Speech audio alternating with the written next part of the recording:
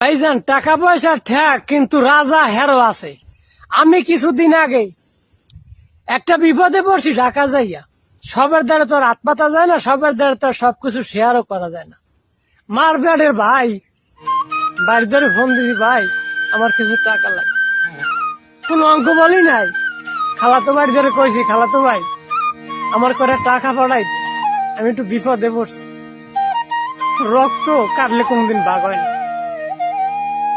আমার কথা শোনার লগে লগে দুইজনে 5,000-10,000 টাকা পাঠাই দিস। জিগাই নাই কেন, কি করবি।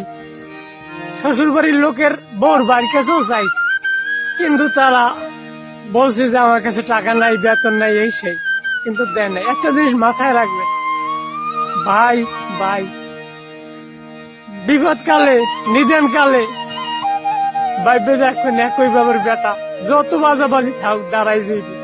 ভাই এমন একটা জিনিস, যার ভাই নাই তার পৃথিবীতে কিছু নাই। ভাই এমন একটা জিনিস, আপনি যত বিপদে পড়েন ডাক দেবেন শুধু ভাই ওই বিপদে পড়ছি। 7 সাগর 13 নদী পাড়ি দিয়ে ভাই আসবে।